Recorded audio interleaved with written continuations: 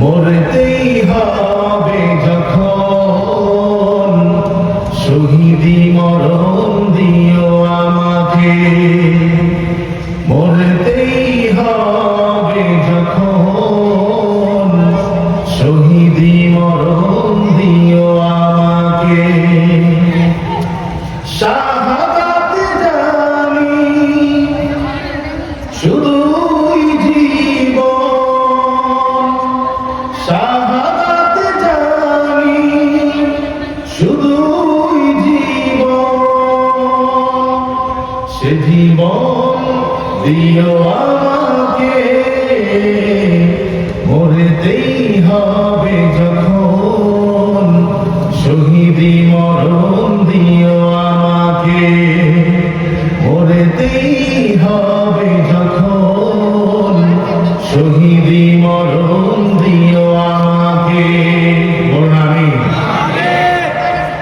শহীদ জনপদ, অসংখ্য শহীদের রক্তে ভেজা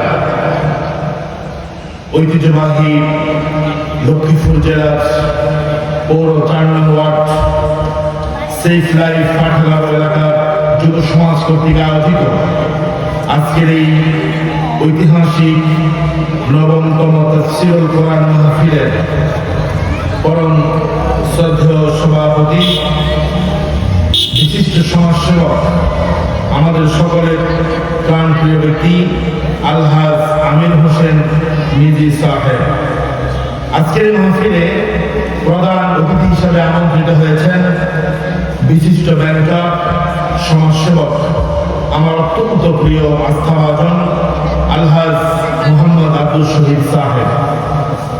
আজকের মাহফিলে প্রধান তাফসীরকারক হিসাবে আমন্ত্রিত হয়েছেন বর্তমান সময়ের নন্দিত মুফাসসির, কোরআনের পাখি আল্লামা দিলাওয়ার হোসেন সাঈদী রাহিমাহুল্লাহ এর যোগ্যতম উত্তরসূরি, মদিনাতুল উলুম কামিল মাদ্রাসা ঢাকা এর মুহতারাম মুকাররম প্রধান মুহাদ্দিস ডক্টর আবুল কালাম আজাদ বাশার হাফিজাহুল্লাহ।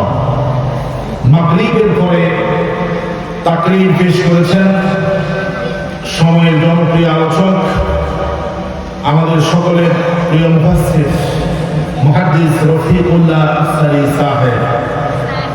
আরো অনেক উলামায়ে কেরাম কথা বলেছেন। যতজন কথা বলেছেন আল্লাহ প্রত্যেকের কথার মধ্যে বারাকা দান করুন, আমরা বলছি আমিন। আমরা যদি সত্যি কোরআনকে ভালোবাসতাম তাহলে আমরা ভাইরাল বক্তা খোঁজ করতাম না, ঠিক না? মাগরিবের পরে মাঠের অবস্থা আর এখন অবস্থা কি এক? আমার সাথে কথা বলতে হবে এক। যিনি কোরআন থেকে কথা বলে তার কথাই শুনতে হবে, ঠিক না?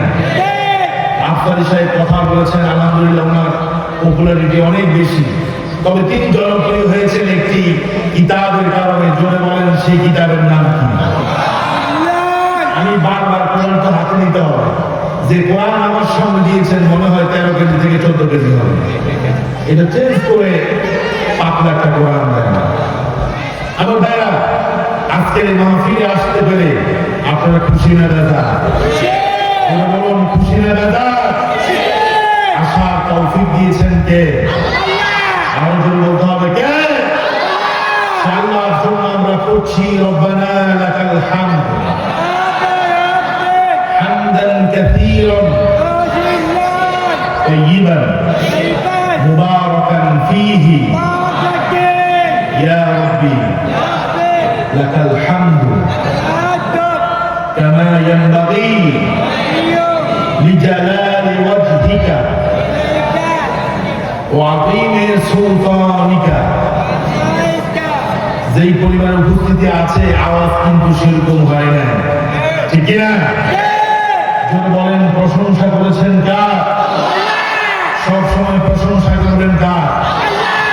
কোন জালিমের প্রশংসা করা যাবে? কোন জালিমের পিছনে স্লোগান দেওয়া যাবে? 16টি বছর যাদের পিছনে স্লোগান দিয়েছেন, প্রশংসা করে আসমানে তুলেছেন, ওনারা কিন্তু আপনাদেরকে রেখেই সুযোগ মতো পালিয়ে গেছে, ঠিক কিনা? আমি বলি এই 16টি বছর যদি আল্লাহ সুবহানাহু ওয়া তাআলা প্রশংসা করতেন, তাসবিহ পাঠ করতেন, গুণগান করতেন, ইসলামের সাথে থাকতেন, চলতেন, তাহলে আপনাদের জন্য জান্নাত ওয়াজিব করতো কে? আমার ভাইরা, দুনিয়াতে প্রশংসা যাদের করেন এরা সুযোগ বুঝে পালিয়ে যাবে আপনাকে রেখে, কিন্তু আল্লাহ পাকের গুণগান করলে, মুসলিম হলে পরে আল্লাহ প্রশংসা করলে দুনিয়াতেও আপনি শান্তিতে থাকবেন, পরকালেও থাকবেন, ঠিকই না? আমরা যার প্রশংসা করবো তিনি কে? কোরআনুল কারীম একটা সূরা দিয়ে শুরু হয়েছে, সেই সূরার নাম হচ্ছে সূরা আল ফাতিহা, ঠিক না?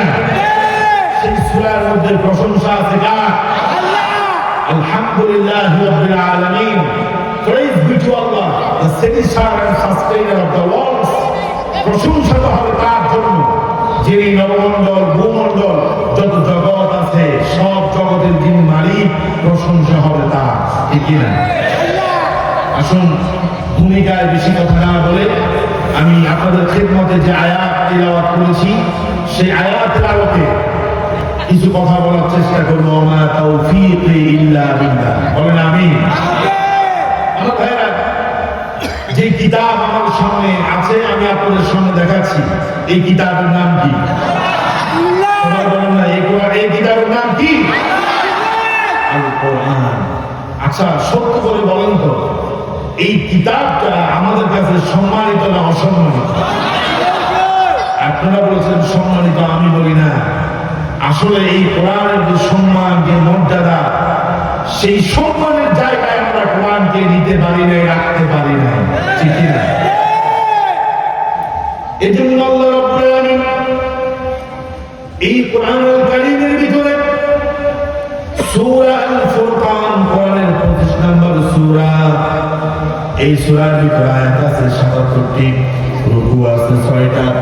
এই সূরা 30 নম্বর আয়াতের ভিতরে আল্লাহ রাব্বুল আলামিন বলেন, وقال الرسول يا رب إن قوم اتخذوا هذا القرآن مهجورا।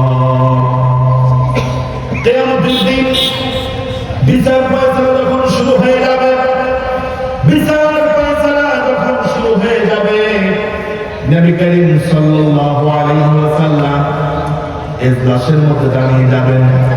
ইজলাসের মধ্যে দাঁড়িয়ে আল্লাহর নবী এই পৃথিবীতে ঈমানদার দাবি করার পরে কোরআনকে যারা পরিচর্যা করেছে, কোরআনকে যাদের কর্মসূচিতে রাখে নাই, কোরআনকে যাদের সিলেবাসে রাখে নাই, কোরআনকে যাদের কর্মসূচিতে রাখে নাই, কোরআনকে যারা তাদের নিজেদের জীবনের মধ্যে রাখে নাই, শিক্ষানীতির মধ্যে রাখে নাই, এদেরকে বের করে দাও। এই চুপ, উঠো। এখান থেকে দাও তোমরা। কোরআনকে যারা তাদের জীবনে রাখে নাই, কোরআনকে যারা শিক্ষানীতিতে রাখে নাই, কোরআনকে যারা আদালতের মধ্যে রাখে নাই, কোরআনকে যারা পরিত্যাজ্য করেছে, আল্লাহ রাসূল স্বয়ং তাদের বিরুদ্ধে মামলা দায়ের করবে। এবার সবাই বলেন তো, মামলা দায়ের করবে কে? মুহাম্মদ সাল্লাল্লাহু, তিনি হবেন একমাত্র ব্যারিস্টার, একমাত্র ব্যারিস্টার। তিনি ছাড়া আর কেউ কথা বলতে পারবে না। আল্লাহু আকবার বলেন। দুনিয়াতে কারণ মামলা হলে পরে অসংখ্য উকিল দাঁড়িয়ে যায়, ব্যারিস্টার দাঁড়িয়ে যায়, তার পক্ষে জেরা করা হয়, তাকে বাঁচানোর জন্য অনেক জেরা করা হয়, দুনিয়াতে হেয়ারিং হয়।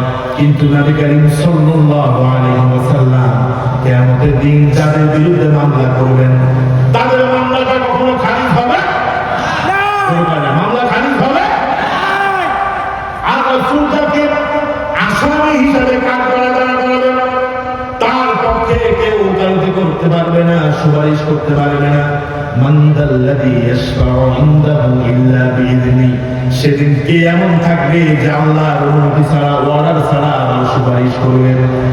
সুতরাং আল্লাহ নবী যার বিরুদ্ধে মামলা করবেন, যেই দলের বিরুদ্ধে মামলা করবেন, দুনিয়াতে যদিও টাকার বিনিময়ে, ঘুষের বিনিময়ে, প্রভাবের বিনিময়ে জেলখানা থেকে বের হওয়া যায়, মামলা থেকে বেকসুর খালাস পাওয়া যায়, কিন্তু আল্লাহ নবী যাদের বিরুদ্ধে মামলা করবেন, আল্লাহর কসম দিয়ে বলি, ওই ব্যক্তি রাসূলের মামলা থেকে খারিজ হতে পারবে না, ঠিক না?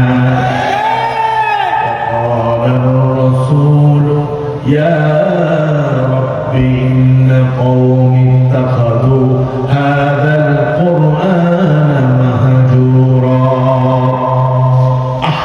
এই কোরআনকে পরিত্যক্ত করবে।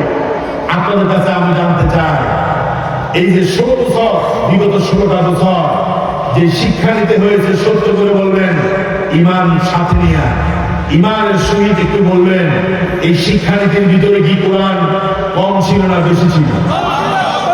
প্রথম দিকে কমাইতে কমাইতে শেষ পর্যন্ত কোরআনকে ঐচ্ছিক বানানো হয়েছে, ঠিক কিনা? ডিমবাজি, তরকারি রান্না, বিছানা ঝাড়ু দেওয়া, এগুলা ঢুকাইছে, কোরআনকে ঢুকাতে পারে না, ঠিক কিনা? আজকে দেখেন আমার দেশে প্রাইমারি স্কুল দিকে তাকান, শিক্ষক হলো 12 জন আর শিক্ষার্থী হলো 9 জন। আমি নিজে দেখেছি। এটা কেন হলো? গবেষণায় এসেছে, কারণ প্রাইমারি স্কুলগুলো থেকে যখন কোরআন উঠিয়ে দেওয়া হয়েছে, প্রাইমারি গভর্নমেন্ট স্কুলগুলো থেকে যখন কোরআন উঠিয়ে দেওয়া হয়েছে, এক সময় কিন্তু কোরআনের সিলেবাস ছিল, যখনই কোরআন উঠিয়ে দেওয়া হয়েছে তখনই ওই প্রাইমারি স্কুল আস্তে আস্তে মরতে শুরু করেছে, ঠিক না? সরকার যখন দেখলো প্রাইমারি থেকেও যায় না, লক্ষ কোটি টাকা ইনভেস্ট করা হয় কিন্তু সেখানে কোনো শিক্ষার্থী নাই, স্টুডেন্ট নাই, তখন তারা প্রকল্প বানিয়েছে, দুপুরবেলা তাদেরকে লাঞ্চ করানোর জন্য জামা কাপড় দিচ্ছে, লাঞ্চ করাচ্ছে, বিস্কিট দিচ্ছে, পোলাপাইন দোকান দিচ্ছে, বিস্কিট খাবো না, স্কুলেও পড়বো। কারণটা কি?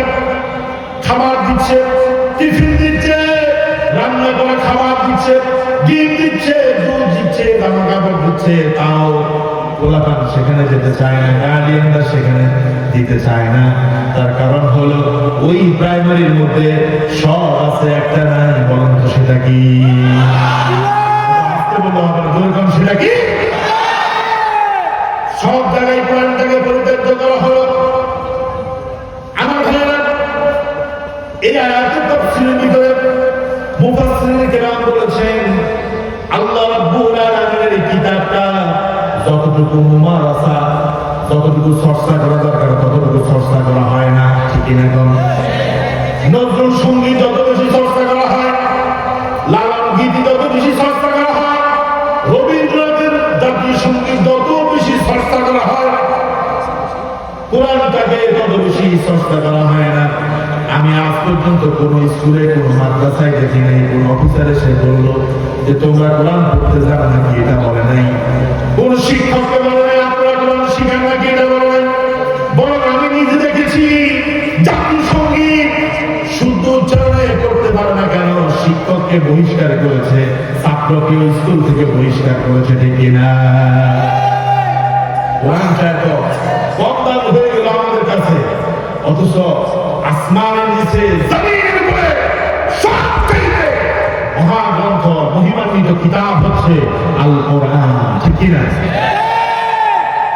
আমাদের আফসোস হয়, সময় এসেছে, এরপরেও আমরা এই কোরআনকে প্রতিষ্ঠিত করার জন্য যে প্রচেষ্টা, ঐক্য, সেটা আমরা এখনো হতে পারি নাই, ঠিক না? এই কোরআন আযীম কিতাব, এই কোরআন কি আযীম কিতাব, এটার সম্মান, এটার মর্যাদা এই পৃথিবীর মধ্যে আকাশ চুম্বি কোন কিতাব এই কোরআনের সাথে তুলনা করলে চলবে? আমার ভাইয়া, এই কোরআন আমাদের কাছে অবহেলার হয়ে গেছে। কোরআন আমরা চর্চা করি না। এই কোরআনের ভিতরে আল্লাহ রাব্বুল আলামিন যে আইনগুলো দিলেন, যে বিধানগুলো দিলেন, আল আহকামুশ শরীআহ, শরীয়তের বিধিবিধানগুলো কোরআনের মধ্যে দিয়েছেন। আমার ভাইরা বলেন তো, কত পার্সেন্ট মানুষ কোরআন মানে? আছে? পার্সেন্টেজ করা যাবে না। কোরআনকে আমরা মানি না, কোরআনকে আমরা বাদ দিয়ে দিয়েছি, মনে হয় এটা পরিত্যক্ত কিতাব। কোরআনের যে মর্যাদা, সেই মর্যাদা আমরা দিতে জানি না। আমার ভাইরা, এই জন্য কোরআনকে, আমাদের বাক্যকে যদি পরিবর্তন করতে হয়, এই কোরআনকে বেশি বেশি করে চর্চা করতে হবে, এই কোরআন পড়তে হবে, কোরআন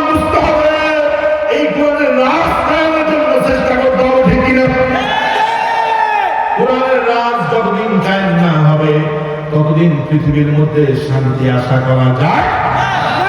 আমার সুন্নাত ভাইরা, নবীজি সাল্লাল্লাহু আলাইহি ওয়াসাল্লাম কুরআন কি যারা অবহেলা করবে, পরিত্যাজ্য করবে, তাদের বিরুদ্ধে পরকালে মামলা দিবে। কিন্তু আমরা দেখি দুনিয়াতে যারা কোরআন পড়ে, কোরআন বুঝে, কোরআনের আন্দোলন করে, কোরআনকে এই জমিনে প্রতিষ্ঠা করতে চায়, দুনিয়াতে তাদের বিরুদ্ধে মামলা দেওয়া হয়। ঠিক কিনা বলেন? আওয়াজ তো সুবিধা না, ঠিক কিনা? বিগত সময়ে আমরা দেখেছি এই কোরআন যারা পড়েছে, কোরআন যারা ব্যাখ্যা করেছে, কোরআনের সঠিক তাফসীর যারা করেছে, তাদের উপরে কি জুলুম না হয়েছে, মামলা হয়েছে, হামলা হয়েছে, আইনে ঘর বানিয়ে বছরের পর বছর তাদেরকে রেখেছে।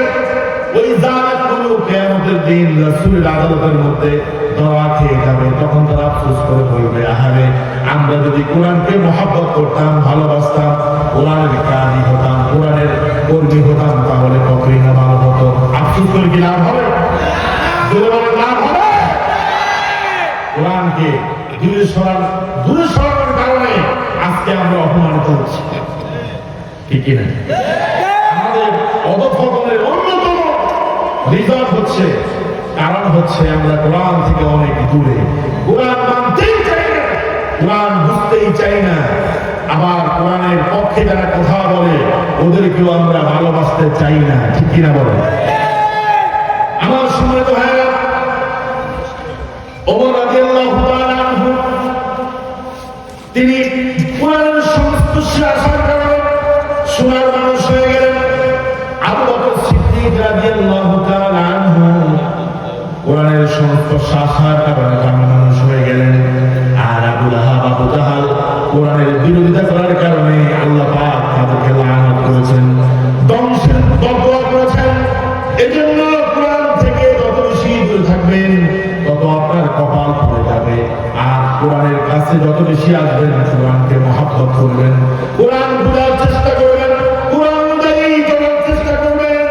আপনার জীবনটাকে যিনি পরিবর্তন করে দেবেন, তিনি কে? আর বলেন, তিনি কে? Quran is the constitution. কোরআন হলো একটা সংবিধান। এই পৃথিবীতে ডক্টর কামালের মতো লোকের যে সংবিধান, এই সংবিধানের কোন ধারা, কোন অনুচ্ছেদ যদি আপনি ভঙ্গ করেন, আপনার নামে মামলা হবে, জেল হবে, জরিমানা হবে। হবে কিনা বলেন? আপনাদের মনে হয় খিদা লাগছে, তাহিরের মতো আপনাদেরকে চা খাওয়ানো লাগবে, জোর করে, ঠিক কিনা? আমার ভাইরা, এই কোরআন আছে, কোরআন থেকে আমরা অনেক দূরে, সব সময় দূরে।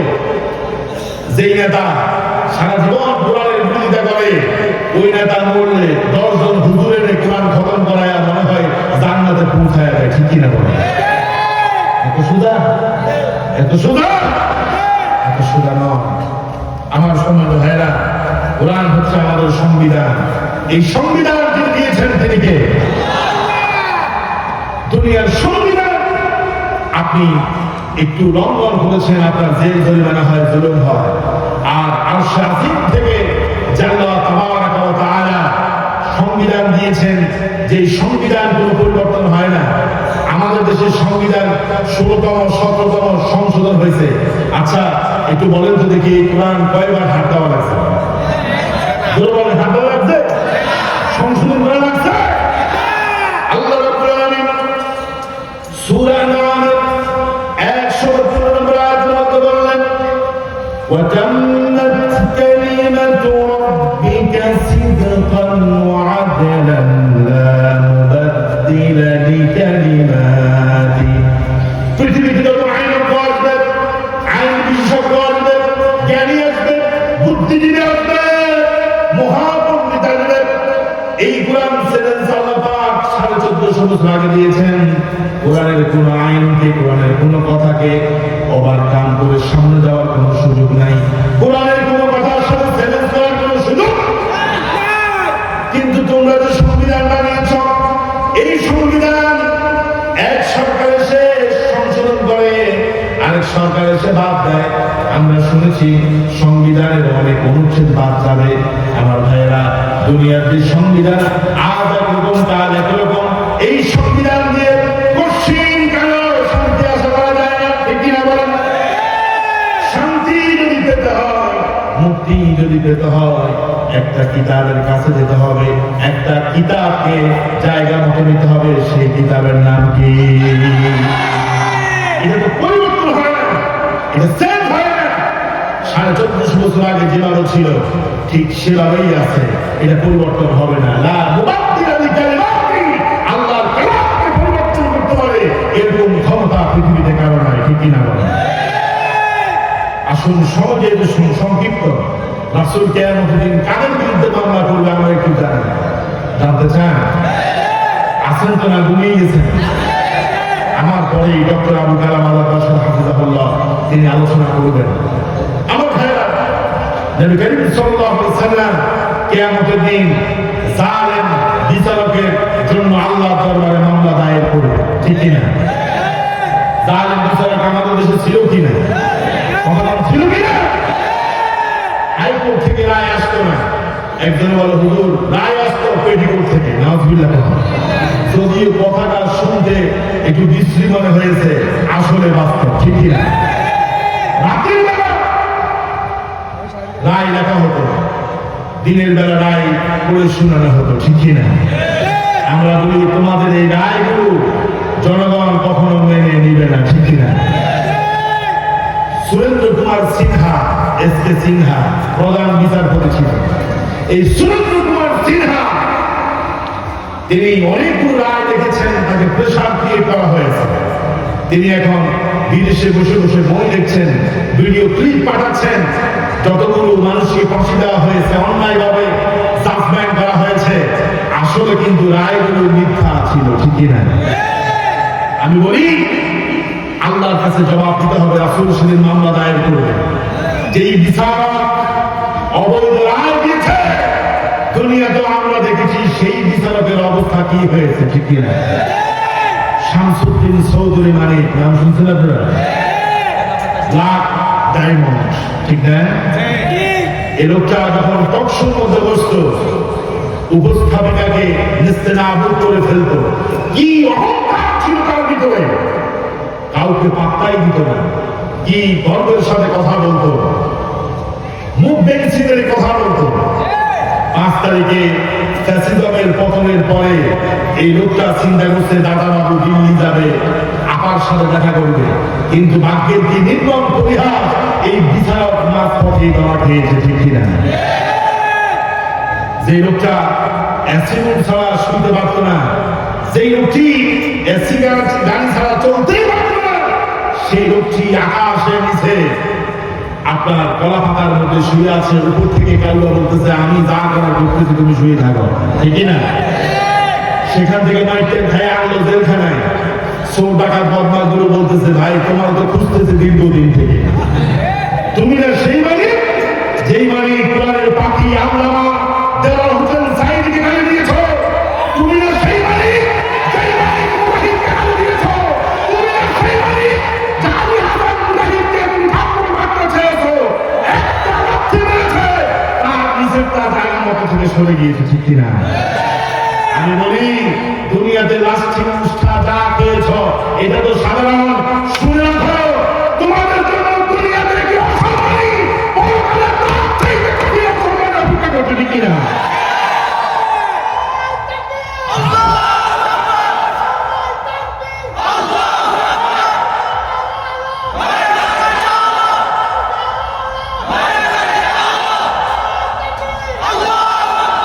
আমার সম্মানিত ভাইয়েরা, নবী করিম সাল্লাল্লাহু আলাইহি ওয়াসাল্লাম কিয়ামতের দিন ইজলাসের মধ্যে দাঁড়িয়ে তিনি সর্বপ্রথম জালেম বিচারক যারা ছিল তাদের বিরুদ্ধে আল্লাহর কাছে মামলা দায়ের করলেন।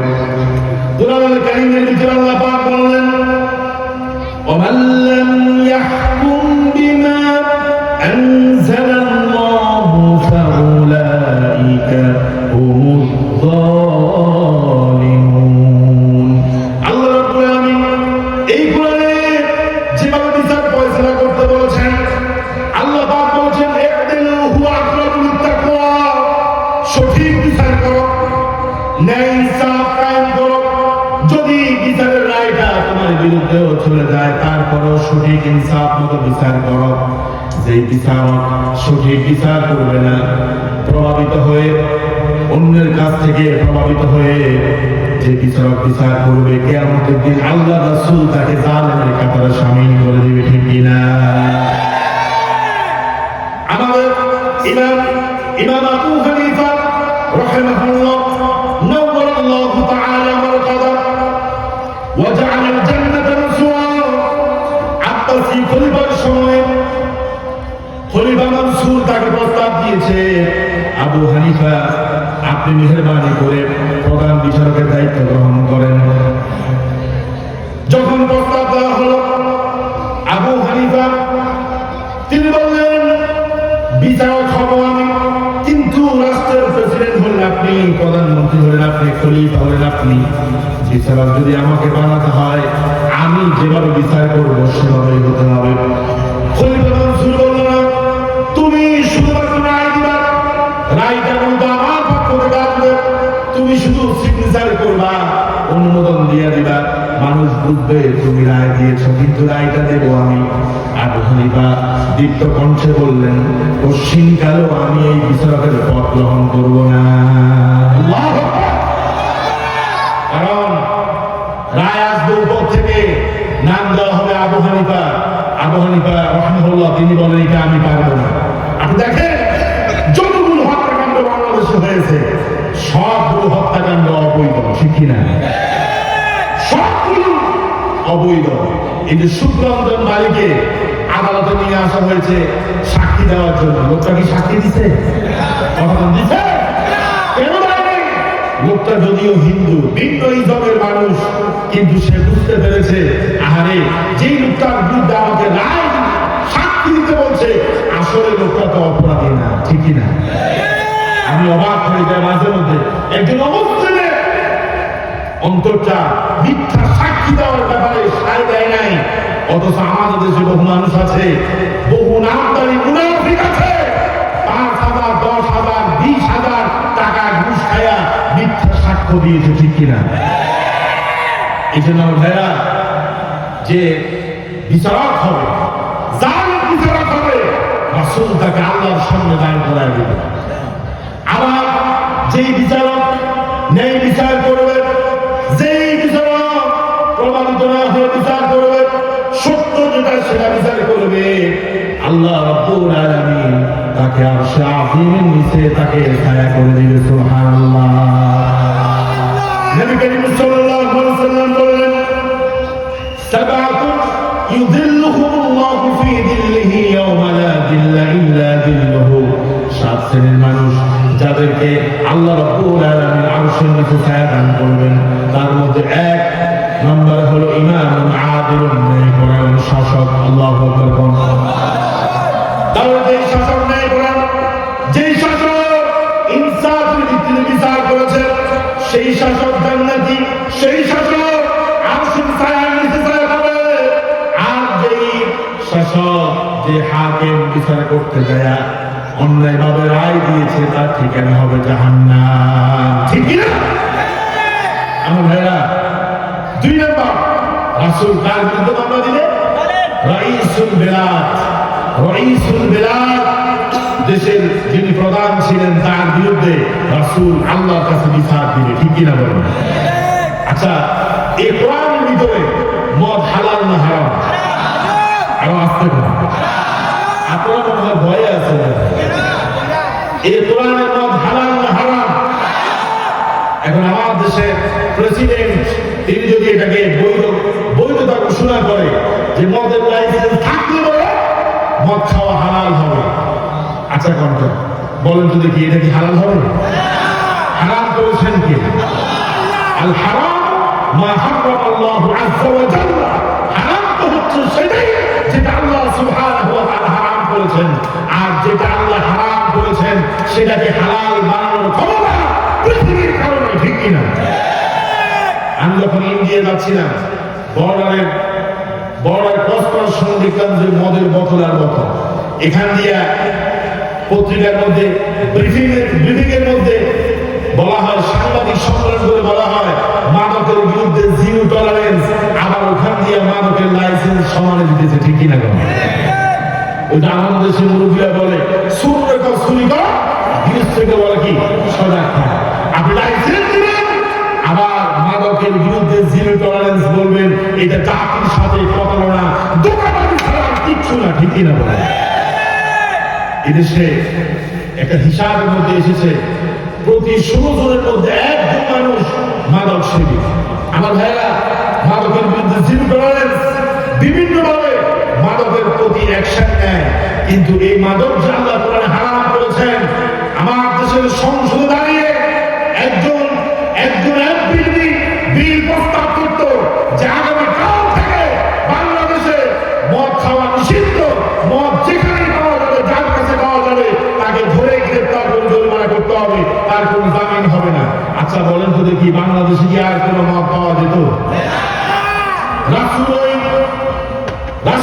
রাষ্ট্রপ্রধানের বিরুদ্ধে মামলা করবে, যেই রাষ্ট্রপ্রধান হওয়ার পরেও মদ নিষিদ্ধ করলো না, ঘুষ নিষিদ্ধ করলো না, জেনা নিষিদ্ধ করলো না, চুরি নিষিদ্ধ করলো না, বরং মদের লাইসেন্স দেয়, আর ঘুষকে বলা হয় স্ত্রীর মানি, ঠিক না? ভুলে গেছেন মনে হয়?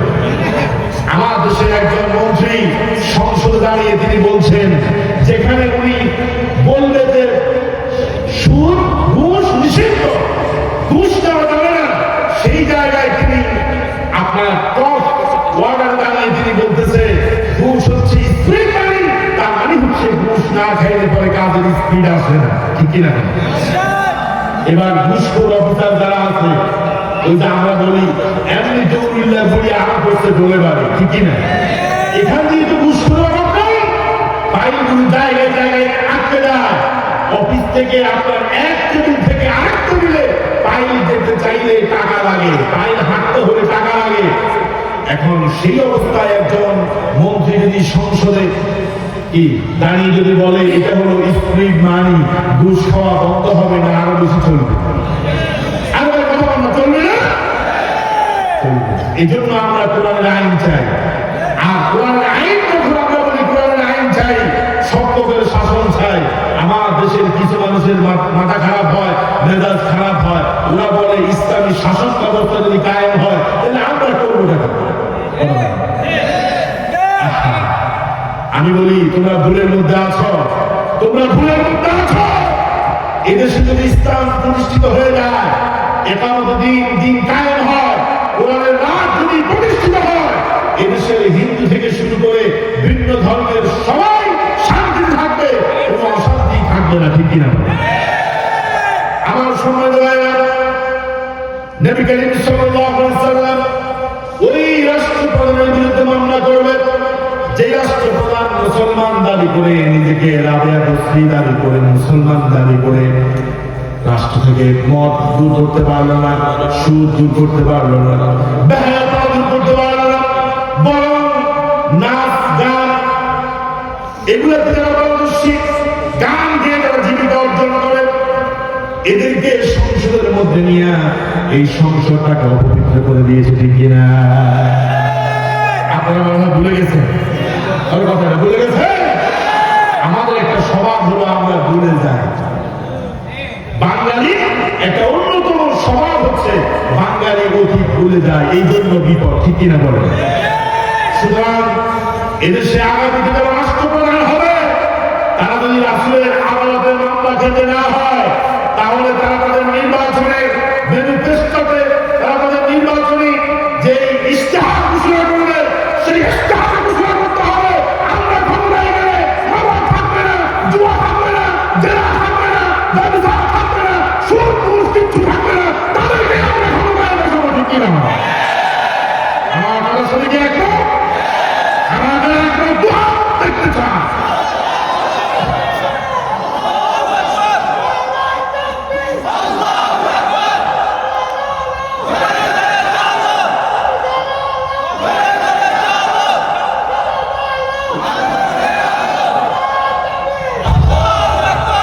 আল্লাহ কবুল করুন, বলুন আমিন। কষ্ট হচ্ছে আপনাদের? কষ্ট হচ্ছে আপনাদের?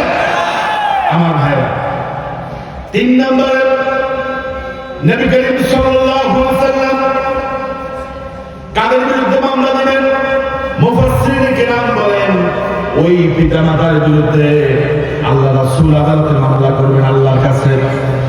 যেই পিতা মাতা নিজে মুসলমান, সন্তান মুসলমান, কিন্তু সন্তানকে দিন শিখায় না, ইসলাম শিখায় নাই, কোরআন শিখায় নাই, আগম বাগম কোরআন শিখেছে, মুসলমান সন্তান ঠিক করে সালাম দিতে পারে না, আছে কিনা? আবার তারা ঠিক করে সালাম দেয়, কয়টা ওই দলের সদস্য? বুঝলেন? আসসালামু আলাইকুম ওয়া রাহমাতুল্লাহ, ওই যে টকশোর মধ্যে শুনেন নাই? ঢাকা বিশ্ববিদ্যালয়ে কিভাবে শিক্ষকতা পেয়েছে, প্রফেসর হয়েছে, আমার বুঝে আসে না। সে বলে আমরা সালাম দিতাম আসসালামু আলাইকুম, এখনকার সঙ্গে যারা সালাম দেয় আসসালামু আলাইকুম বলে, এরা ওই দলের সদস্য, দলের নামটা আমি আর নিলাম না। আচ্ছা বলেন, সালাম কার নাম? জোরে বলেন, কার নাম? আমার ভাইরা, ইসলামী তাহজিব তামাদ্দুন জানে না, বক্তব্য দেয় বিসমিল্লাহির রহিম বলে বলে না, সালাম দিতে জানে না। মুসলমানের সন্তান বিসমিল্লাহ আউযুবিল্লাহ পড়তে পারে না, জাতীয় সংসদের সংসদ সদস্য, ঠিক কিনা? তবে আফসোস, বেচারা খেলাধুলা করতো, এটাই ভালো ছিল। এমপিতে নাম দেখায় এখন আমও গেছে, ছাড়াও গেছে, কথা বলা ঠিক কিনা? তবে তার কিছু ভক্ত আবার সাকিব লীগ হয়ে আসতে চেয়েছে, জনগণ উত্তম মাধ্যম দিয়ে জায়গা মতো পৌঁছায় দিয়েছে, ঠিক কিনা? আমার ভাইরা, ওই পিতার বিরুদ্ধে রাসূল মামলা দায়ের করবে, ওই মায়ের বিরুদ্ধে রাসূল মামলা দায়ের করবে যে সন্তানকে কোরআন শিখায় নাই, ইসলাম শিখায় নাই, দিন শিখায় নাই, নামাজ শিখায় নাই, কোরআন শিখায় নাই। রাসূল মামলা করার আগে সন্তান মামলা করবে, রব্বানা আতিহিম দি'ফাইনি মিনাল আযাবি ওয়ালআনহুম লা'নান কাবীরা। রাসূল মামলা করার আগে যে সন্তানকে কোরআন শিখায় নাই, নামাজ শিখায় নাই, তাওহীদ শিখায় নাই, দিন শিখায় নাই, সেই সন্তান আল্লাহকে বলবে, আল্লাহ আমাকে জাহান্নামে নেওয়ার আগে আমাকে যারা পথভ্রষ্ট করেছে, দিন শিখায় নাই, ইসলাম শিখায় নাই, আল্লাহ রাসূলের সম্পর্ক শিখায় নাই, কোরআন শিখায় নাই, আল্লাহ আজকে আমাদেরকে শাস্তি না দিয়ে আমার শাস্তি এবং আমার বাবা মায়ের শাস্তিকে একসাথে করে দি'ফাইনি মিনাল আযাব, দ্বিগুণ শাস্তি আমার মা বাবাকে দাও। কে বলবে? সন্তান। কে বলবে? দেখবেন কিয়ামত দিন বহু সন্তান হাজির হয়ে যাবে, আল্লাহর কাছে বলবে, আল্লাহ আমার মা বাবা তো আমাকে ইসলাম শিখায় নাই, আমাকে তো কোরআন শিখায় নাই, ধর্মীয় কোনো শিক্ষাই আমাকে শিখায় নাই। আল্লাহর কাছে সেদিন অভিযোগ করবে, নালিশ করবে সন্তান। আল্লাহ পাক বলবে, তোমার মা বাবা তোমাকে শিখায় নাই, তুমি এটা বলে পার করতে পারবা না। লিকুল্লিন দিরাস, প্রত্যেকের জন্যই আমি আল্লাহ শাস্তি বরাদ্দ করে রেখেছি, ঠিক কিনা বলেন? এই জন্য আমার ভাইয়েরা, যে সমস্ত মা আমার কথাগুলো শুনছেন, বাবারা এখানে বসে আছেন, সন্তান আল্লাহর দেওয়া নিয়ামত। আল্লাহ রাব্বুল আলামিন বললেন, ও বান্দারা শোনো, ঈমানদাররা শোনো, ইয়া আইয়ুহাল্লাযীনা আমানু ইন্না মিন আযওয়াজিকুম ওয়া আওলাদিকুম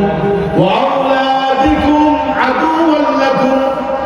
ও ঈমানদাররা শুনে রাখো, ঈমানদাররা শুনে রাখো, কিয়ামতের দিন কঠিন মুসিবতের সময় তোমার স্ত্রীরা তোমাদের শত্রু হয়ে যাবে, তোমার সন্তানরা তোমাদের শত্রু হয়ে যাবে।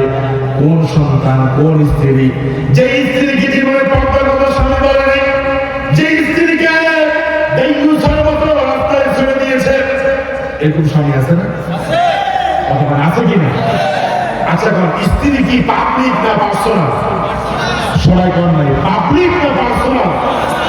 কিন্তু বহু লোক দেখবেন বিয়ে করছে, মোটামুটি সামনে একটু সুন্দর, এখন বাজারে যাবে, মার্কেটে যাবে, বিয়ের অনুষ্ঠানে যাবে, বউকে সুন্দর করে মেকআপ করে পার্লারিং করে এরপরে বউরে নেয়। একজনে বললো যে ভাই আপনার বউটা সুন্দর, ঠিক আছে, একটু পর্দা করায় নিলে কি হয়? ও ভাই দেখেন, আমার বউ যে সুন্দর, শুধু সৌন্দর্যটা আমি উপভোগ করলে হবে না, পাবলিকের তো কিছু হক আছে। আছে না? উনি বউরে খোলামেলা রেখে পাবলিকের হক আদায় করে, এরকম পাবলিক আমাদের লোক কি ভুলে নেয়? আলোচনা আছে না? আছে। আহা, আফসোস লাগে। রাসূল সাল্লাল্লাহু আলাইহি ওয়াসাল্লাম বলছেন, এই দায়ুস হলো আদ-দায়ুস আল্লাযী ইউকিরু ফি আহলিহি মিনাল কুবুর। দায়ুস হলো সেই ব্যক্তি যে তার পরিবারের মধ্যে অশ্লীলতা বেহায়াপনাকে ইকরার করে, স্বীকার করে, সাপোর্ট করে, ওই ব্যক্তি হলো দায়ুস। ঠিক কিনা বলেন? সুতরাং রাসূল 4 নম্বরে যাদের বিরুদ্ধে অভিযোগ করবে তারা হলো ওই মা, ওই বাবা, ওই স্বামী যে তার স্ত্রীকে বেপরদায় রেখেছে, পর্দা শিখায় নাই, ওই বাবা, ওই মা যেই মা তার সন্তানকে দ্বীন ইসলাম শিক্ষা দেয় নাই, কোরআন শিক্ষা দেয় নাই। ঠিক কিনা বলেন? আমার সম্মানিত ভাইরা, মুফাসসিরিনে কেরাম বলেন 5 নম্বরে আল্লাহ নবী যাদের বিরুদ্ধে মামলা দায়ের করবেন, 4 নম্বরে যাদের বিরুদ্ধে মামলা দায়ের করবেন তারা হলো আলেমে সু। আমার দেশে যেরকম ভালো আলেম আছে, আবার আলেম নামদারি কিছু অসভ্য লোক আছে। ঠিক কিনা বলেন? উপর থেকে দেখা যায় পীর সাহেব এত বড় টুপি, এত বড় জুব্বা, এত বড় পাগড়ি, মনে হয় জান্নাত থেকে পালিয়ে এসেছে, কিন্তু ভিতরে ভিতরে শয়তানের খামখমায় আছে না। উপাধি দিছে, এখন আফাও ফলাইছে, ওনার খতিবও ফলাইছে। ঠিক কিনা? কেন কথা বলো? ঠিক কিনা? 2-1 নাম ইশারাতে বললাম, বাকি আরো হাজারে হাজারে কাতারে কাতারে আছে। ঠিক কিনা? কথা বলেন ঠিক কিনা? এরা সত্যকে গোপন করে রাখে, কোরআনের সঠিক কথা এরা বলে না। এই কোরআনের ভিতরে আল্লাহ পাক হক কথা যেগুলো বলেছেন এগুলাকে তারা গোপন করে রাখে, এগুলাকে তারা জনগণের সামনে বলে না। টাকা আছে যেখানে, এই মৌলবীরা আছে সেখানে। ঠিক কিনা? মৌ মানে কি? মধু, আর লবি মানে হলো লুবি। এরা হচ্ছে মৌলবী, অর্থাৎ মধু যেখানে ওনারা সেখানে। কথা বলো ঠিক কিনা? আমার ভাইয়েরা, কোরআনুল কারীমের ভিতরে সূরা বাকারা 146 নম্বর আয়াতের ভিতরে আল্লাহ রাব্বুল আলামিন বললেন, সেই কথাটা চমৎকার করে বললেন, ওয়া ইন্না ফারীকাম মিনহুম লা ইয়াকতুমুনাল হাক্কা ওয়া হুম ইয়ালামুন। মানুষের মধ্যে এমন কিছু আলেম থাকবে, এমন কিছু আলেম থাকবে যারা জানে দ্বীন কায়েম করা বড়। ঠিক কিনা? কিন্তু দ্বীন কায়েমের আন্দোলন যারা করে, জালিমের সাথে যুক্ত হইয়া ওই দ্বীন কায়েমের আন্দোলন যারা করে তাদেরকে তারা নেস্তেনাবুদ করতে চায়। ঠিক কিনা? জালিমের দোষর হিসেবে কাজ করে। আল্লাহ পাক বলেন, হুম ইয়ালামুন, তারা জানে কোনটা সত্য, কোন দল সত্য, কোন দল হকের উপরে আছে, কোন দল সত্যের উপরে আছে। এরা সব জানে, জানার পরেও তারা সত্যকে গোপন করে রাখে। এরা আলেম নয়, এরা হলো আলেম নামের জালেম। ঠিক কিনা? আচ্ছা বলেন তো কি এরকম জালেম আমাদের দেশে আছে নাই? সত্য কথা বলে না, হক কথা বলে না, যেটা করলে পরে, যেই কথা বললে পরে পিঠ বাঁধতে ওরকম কথা বলে। ঠিক কিনা বলেন? এই যে আমাদের দেশে ছোট্ট একটা হুজুর আছে, রফিকুল ইসলাম মাদানী, নাম শুনছেন? সবাই শুনছেন? এই রফিকুল ইসলাম মাদানী, সে তার একটা বক্তব্য আমি শুনলাম। সে বলল, আমাকে যখন জেলখানায় নিয়েছে, রিমান্ডের মধ্যে নিয়েছে, নিয়ে বলতেছে যে এই দেশের মধ্যে সরকারের বিরুদ্ধে কারা কারা বলে, গরম বক্তব্য কারা কারা দেয়, ওদের একটা লিস্ট আমাকে দাও। তো রফিকুল ইসলাম মাদানী সে বললো, আমি কয়েকজন হুজুরের নাম দিলাম, দেওয়ার পর ওরা খুব খুশি। এরপর বললো, আর কেউ আছে? রফিকুল ইসলাম মাদানী তিনি বলছেন, ছোট্ট মানুষ হলেও বয়স কিন্তু কম হয় না, 30+ হয়ে গেছে। সে বলল, আমি এক পীর সাহেবের নাম দিলাম, যে ওই পীর সাহেব আপনাদের বিরুদ্ধে গরম বক্তব্য দেয়, বক্তব্য দেয়, তার হুঙ্কারে মানুষ গর্জে উঠে, লাফিয়ে উঠে। ওই হুজুরের পীর সাহেবের নাম যখন দিলাম, তখন ওরা মুস্কি হেসে বলছে, আরে না, ওর নাম লাগবে না, আর কার কে আছে ওদের নাম দাও। ঠিক কিনা? ওই যে আমাদের দেশে একটা গল্প আছে যে এক নাতি তার দাদা দাঁড়ি ধরে টানা মারছে, কয়েকটা দাঁড়ি ছিঁড়ে পড়ে গেছে। এখন একজনে জিজ্ঞাসা করতেছে, তোমার নাতি তোমার দাঁড়ি ছিঁড়ে ফেলেছে, তুমি কথা কও না কেন? তুমি তোমার নাতিকে মারো না কেন? আরে নাতি যদি থাকে মাঝে মধ্যে এরকম দুষ্টামি করে। ঠিক কিনা? কথা বলেন ঠিক কিনা? ওদের সাথে নানা নাতির সম্পর্ক। কথা বলেন ঠিক কিনা? কেউ মনে কষ্ট নেবেন না। আমি বলি এই দ্বিতীয় স্বাধীনতার পরে আলেমরা যদি ঐক্যবদ্ধ হতে না পারে তাদের কপালে মহাবিপদ ঘনিয়ে আসতেছে, ঠিক কিনা? আল্লামা সাঈদ ঐক্যের কথা বলেছেন, খতিব ওবায়দুল হক ঐক্যের কথা বলেছেন। আমার ভাইরা ঐক্য হচ্ছে না, কারণ আমরা আমাদের মনের ভিতরে কি আছে জানে কে? ঐক্য যতদিন হতে না পারবো ততদিন ফিটের সামরা বাঁচানো সম্ভব হবে না, ঠিক কিনা? আমাদের প্রভু এক নবীর উম্মত, জীবন বিধান ওই শিবানী কোরআন, ঠিক কিনা? তবে কেন এক নও হে মুসলমান, এক হও এক হও করিয়া আহ্বান, ঠিক কিনা? এই কোরআন আমাদের ঐক্যবদ্ধ হতে শিখায়। আল্লাহ পাক বলছেন ওয়াতাসিমু বিহাবলিল্লাহি জামিআ, তোমরা আল্লাহর রশিকে আঁকড়ে ধরো। মুফাসসিরিনে কেরাম বলেছেন হাবলুল্লাহিল মাতিন হুয়াল কুরআনুল কারীম। আল্লাহ এখানে রশি বলতে কোরআনকে বুঝিয়েছে, কারণ এই কোরআনের মধ্যে কোনো ভুল নাই। এই কোরআন এমন একটি কিতাব, যে কিতাব অনুসরণ করলে পরে মানুষের ভাগ্যকে পরিবর্তন করে দেন কে? আর বলেন কে? এই জন্য আমি আপনাদের সামনে যে টপিক নিয়ে আলোচনা করেছি, দীর্ঘ আলোচনা, এটাকে মিনিমাইজ করে সংক্ষিপ্ত করে সামারাইজ মোলাক্ষাস কথাগুলো আমি আপনাদের সামনে